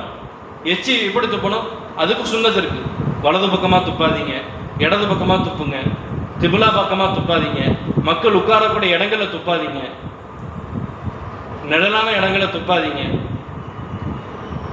நீங்கள் இடது பக்கமாக துப்பும்போது அது திபுலாவாக இருந்துச்சுன்னு சொன்னால் 2 காலுக்கு இடையில துப்புங்க. எச்சி துப்புறதுல கூட கிட்டத்தட்ட 30 விதமான சுண்ணத்துகள் இருக்கு. அது மட்டும் இல்லாமல் சிறுநீர் மனதில் விழிக்கும் போது எத்தனை சுண்ணத்துகள், சாப்பிடும்போது எத்தனை சுண்ணத்து, தூங்கும்போது எத்தனை சுண்ணத்து, வீட்டை விட்டு வெளியே போகும்போது எத்தனை சுண்ணத்தான துவாக்கள் இருக்குது. நம்ம எந்த அளவுக்கு அதை கடைபிடிக்கிறோம்? கண்ணியமானவர்களே, யூதர்களுடைய பெரிய ஒரு சூழ்ச்சி என்னன்னு சொன்னால், உம்மத்தை எல்லாத்தையுமே காஃபிராக்கணும் அப்படிங்கிற சூழ்ச்சி எல்லாம் கிடையாது. உம்மத்தில் யாரும் சுன்னத்தான முறைப்படி அமல் செய்யக்கூடாது அப்படிங்கிறது பெரிய ஒரு திட்டம் தீட்டப்பட்டு கொண்டிருக்கு. நமக்கெல்லாம் யூதர்கள், இஸ்ரேல்காரங்க அதான் நமக்கு தெரியுது. ஆனால் முஸ்லீம்களை வழிகெடுக்கிறதுக்காண்டி எவ்வளோ பெரிய திட்டங்கள் தீட்டப்படுது நமக்கெல்லாம் தெரிய மாட்டேங்குது. ஜோர்டானில் பெரிய ஒரு மதரசா இருக்குது. அந்த மதரசால ஹதீஸ் கிதாபுகள் ஓதி கொடுக்கப்படுது. புகாரி, முஸ்லீம், திருமிதி, அபூதாவுத், இப்னு மாஜா, நஸை எல்லாமே ஓதி கொடுக்கப்படுது. எல்லாம் ஓதிட்டு இருக்கிறாங்க. ஆனால் ஓதக்கூடிய அத்தனை மாணவர்களுமே யூதர்கள், முஸ்லீம்கள் கிடையாது. அத்தனை பேர் யூதர்கள். என்ன செய்கிறாங்க? ஒரு ஹதீஸை படித்தோம்னா மிஸ்வாக்கை பற்றி ஹதீஸ் வருது. உடனே உஸ்தாது கேட்குறாரு, மிஸ்வாக்குள்ள குறை ஃபுல்லாக சொல்லு. அவன் குறைய ஃபுல்லாக சொல்லிட்டு இருக்கிறான். மிஸ்வாக்கு நபி ஸல்லல்லாஹு அலைஹி வஸல்லம் சுன்னத்தாக்கி 1400 வருஷம் ஆச்சு. இன்றைக்கே நமக்கு என்ன வர மாட்டேங்குது? மிஸ்வாக் செய்யணும் அப்படிங்கிற நினப்பு வரமாட்டேங்குது. ஆனால் 50 வருஷத்துக்கு முன்னாடி வந்த டூத் பேஸ்ட்டு நமக்கு வருது. நடைமுறையில் வந்துருச்சா இல்லையா? கண்ணியமானவர்களே, முஸ்லீம்களை வழிகெடுக்காண்டி எவ்வளோ பெரிய திட்டங்கள். உமர் பின் அப்துல் அசீஸ் ரஹ்மத்துல்லாஹி அலைஹி காலகட்டத்தில் முதலாக ஹதீஸ் கிதாப் துவக்கப்பட்டுச்சு. முசன்னஃபே இப்னு அபி ஷைபா ரஹ்மத்துல்லாஹி அலைஹி என்ன செஞ்சாங்க? ஒரு ஹதீஸ் கிதாபை தொகுத்தாங்க. இன்னைக்கு வேர்ல்டு லெவலில் அந்த கிதாபை முழுமையாக முத்தாலா செஞ்சவங்க, ஆய்வு செஞ்சவங்க 2 பேர் தான். ஒன்று சஹரன்பூர் மசால் உஸ்தாதாக இருக்கிறாங்க, மௌலானா யூனுஸ் சாப், வஃபாத் ஆயிட்டாங்க அவங்க. 2வது யூதன் அஹமது பின் ஹம்பல் ரஹ்மத்துல்லாஹி அலைஹி, ஹம்பலி மதுஹபுடைய இமாம். அவங்க 20 லட்சம் ஹதீஸை மனப்பாடம் பண்ணி வச்சிருக்கிறாங்க. அவங்க முஸ்னத் அஹமதுன்னு சொல்லி ஒரு கிதாப் எழுதியிருக்கிறாங்க. சிஹா சித்தா ஓதும்போது அதையும் ஓதி கொடுப்பாங்க. அந்த கிதாபுக்கு விரிவுரை எழுதப்பட்டுச்சு. அந்த விரிவுரை எழுதுனது யாருன்னு கேட்டால் ஒரு யூத பெண்மணி. குரானில் முத்தஷாபியா ஒரே மாதிரி ஆயத்துகள் பல மாதிரி வரும். தராவியில் நம்ம பார்த்துருக்கோம். ஒரு ஆயத்துல இன்னொரு ஆயத்து ஜம்ப் ஆவாங்க. அந்த மாதிரி ஆயத்து ஜம்பா முத்தஷாபிஹாத் ஆயுதம் சொல்லுவாங்க. அதை பற்றி ஒரு கிதாப் எழுதப்பட்டுச்சு. அந்த கிதாப் முதலாக எழுதான ஒரு ஹாஃபிஸோ ஆலிமா கிடையாது, ஒரு யூதம் தான் எழுதியிருக்கிறான். அரபியில் டிக்ஷனரி ஒன்று இருக்குது, முன்சீத் அப்படின்னு, ரொம்ப பிரபலமான டிக்ஷனரி. அந்த டிக்ஷனரி எழுத ஒரு யூதம் தான். எதுக்காக வேண்டி? முஸ்லீம்களை வழிகெடுக்க வேண்டி குரான் ஹதீஸிலிருந்து என்ன செய்கிறாங்க? ஆய்வு செஞ்சு முஸ்லீம்களை வழிகெடுத்துக்கொண்டே இருக்கிறாங்க. من رأى منكم منكرا فليغيره بيده فإن لم يستطع فبلسانه وإن لم يستطع فبقلبه وذلك أضعف الإيمان. ஹதீஸில் வரும், ஒரு தீமை நடைபெற கண்டால் அதை கையினால் தடுங்க, முடியாவிட்டால் நாவினால் சொல்லி தடுங்க, அதுவும் முடியாவிட்டால் அதை கெட்ட காரியம் அப்படின்னு சொல்லி ஒதுங்கி வாங்க. இந்த வார்த்தையில் தகீருங்கிற வார்த்தை சொல்லப்பட்டிருக்கு. தகீருக்கு 2 அர்த்தம். ஒன்று தடுக்குதல், இன்னொன்று மாற்றுதல். ஒருத்தன் பாவத்தை செஞ்சான், தப்பு செய்கிறான் அப்படின்னு சொன்னால் தடுத்தோம் அப்படின்னு சொன்னால் என்ன ஆகும்? தட்டக்கன் விட்டுற மாட்டான். தண்ணி அடிச்சுட்டு இருக்கிறான், தண்ணி அடிக்காதப்பா அப்படின்னு சொன்னால் விட்டுற மாட்டான். இன்னொரு கோட்டரை எக்ஸ்ட்ரா போகும். அப்போ என்ன செய்யணும்? ஒரு மாற்றம். ஜினா செய்கிறான் அப்படின்னு சொன்னால் ஜினா செய்யாத அப்படின்னு சொல்கிறத விட அவனுக்கு என்ன தேவை? திருமணம் ஆகாமல் இருந்தால் திருமணம் செஞ்சு வைக்கணும். திருமணம் ஆகியும் ஜினா செஞ்சுட்டு இருந்தாங்கன்னா இன்னொரு கல்யாணம் பண்ணி வைக்கணும். ஹலாலான முறையில் அவன் இச்சையை பூர்த்தி செய்யணும். மது அருந்தரா அப்படின்னு சொன்னால் அதுக்கு பகரமாக வேறு ஏதாவது ஒரு குளிர்பானத்தை கொண்டு வந்து அவங்ககிட்ட கொடுத்து அந்த பழக்கத்தை மாற்றணும். இன்னைக்கு அந்த ஒரு விஷயத்தை, அந்த அர்த்தத்தை யூதர்கள் எடுத்துக்கிட்டாங்க. சுன்னத்தான எந்த ஒரு காரியத்தையும் செய்யாதீங்க என்பதை தடுக்கவே இல்லை. என்ன செஞ்சுட்டான்? அதுக்கு பதிலாக வேறொரு விஷயத்தை கொண்டு வந்துட்டான். இப்போதான் சொன்ன மாதிரி மிஸ்வாக் செய்யாதீங்க என்பதாக சொல்லவே இல்லை. என்ன செஞ்சுட்டான்? டூத் ப்ரஷ்ஷை கொண்டு வந்தான். மிஸ்வாக்குங்கிற சுன்னத்து எல்லாமே போயிடுச்சு. சலாம் சொல்லாதீங்க தடுக்கவே இல்லை. என்ன செஞ்சான்? வார்த்தையை மாற்றிட்டான். ஃபோன் எடுத்தவொடனே hello, good morning, good afternoon, good evening எல்லாம் போச்சு. சதக்கா செய்யாதீங்க தடுக்கவே இல்லை. என்ன கொண்டு வந்தான்? ஃப்ரிட்ஜை கொண்டு வந்தான். ஒரு காலகட்டத்தில் வீட்டில் சோறு மிஞ்சு போச்சு அப்படி சொன்னால் என்ன செய்வாங்க? அதுக்கு என்ன ராப்பிச்சை இருக்கும், ராப்பிச்சை உடனே கொடுத்துருவாங்க. எதுவுமே வீணாக்க மாட்டாங்க. எப்போ ஃப்ரிட்ஜு வந்துச்சோ வீட்டில் போய் பார்த்தீங்கன்னா தெரியும், இன்னைக்கு சட்னி இருக்கும், நேற்று சட்னி இருக்கும், முந்தானத்த சட்னி இருக்கும். சஹாபாக்களை பொறுத்த வரைக்கும் செலவு செஞ்சு மிஞ்சு போச்சு அப்படின்னு சொன்னால் உடனே செய்வாங்க, சதக்கா செஞ்சுருவாங்க. ஏன்? அவங்களுக்கு நம்பிக்கை, இன்னைக்கு சதக்கா செஞ்சால் நாளைக்கு அல்லாஹ் 10 மடங்காக திருப்பி கொடுப்பான். நம்ம என்ன செய்கிறோம்? பேங்கில் போட்டு வைக்கிறோம். ஆடைகள் சுன்னத்தான ஆடைகளை அணியாதீங்க என்பதாக சொல்லவே இல்லை. ஃபேஷன் ட்ரெஸ்ஸை கொண்டு வந்தான். மக்தப் மர்சக்கு அனுப்பாதீங்க என்பதாக சொல்லவே இல்லை. என்ன செஞ்சான்? கான்வென்ட் ஸ்கூலை கொண்டு வந்தான். இன்னும் எத்தனையோ சொல்லிக்கொண்டே போகலாம். கண்ணியமானவர்களே, சுன்னத்தை விட்டும் மக்களை திசை திருப்புவதற்காண்டி யூதர்கள் பெரிய ஒரு சூழ்ச்சி செஞ்சுக்கிட்டே இருக்கிறான். அப்போ நம்ம ரசூலுல்லாஹி ஸல்லல்லாஹு அலைஹி வஸல்லம் ஒவ்வொரு சுன்னத்தையும் நம்ம வாழ்க்கையில் கொண்டு வந்தோம் அப்படின்னு சொன்னால் அதுதான் நம்முடைய வாழ்க்கையில் மிகப்பெரிய ஒரு வெற்றி. சஹாபாக்கள் சில நேரங்களில் அவங்களுக்கு வெற்றியே கிடைக்கல என்பதாக யோசிச்சுட்டு இருக்கும்போது யோசிப்பாங்க, நம்ம ஏதாவது சுன்னத்தை விட்டுருக்கோமா பார்ப்பாங்க. எந்த சுன்னத்தை விட்டுருக்காங்களோ அதை உடனே அமல் செய்யும் போது அல்லாஹ் தஆலா உடனே வெற்றி கொடுப்பான். இன்னைக்கு நம்ம வெற்றியே கிடைக்காம தோல்வி அடைஞ்சிட்டு இருக்கிறோம். வெற்றி அல்லாஹோட உதவி வராதா என்பதாக ஏங்கிக்கிட்டு இருக்கிறோம். காரணம் என்னன்னு சொன்னால், சுன்னத்து சஹாபாக்கள் ஒரு சுன்னத்து என்பதாக சொல்லி முக்கியத்துவம் எடுத்து செஞ்சாங்க. இன்னைக்கு நம்ம என்ன செஞ்சுட்டு இருக்கிறோம்?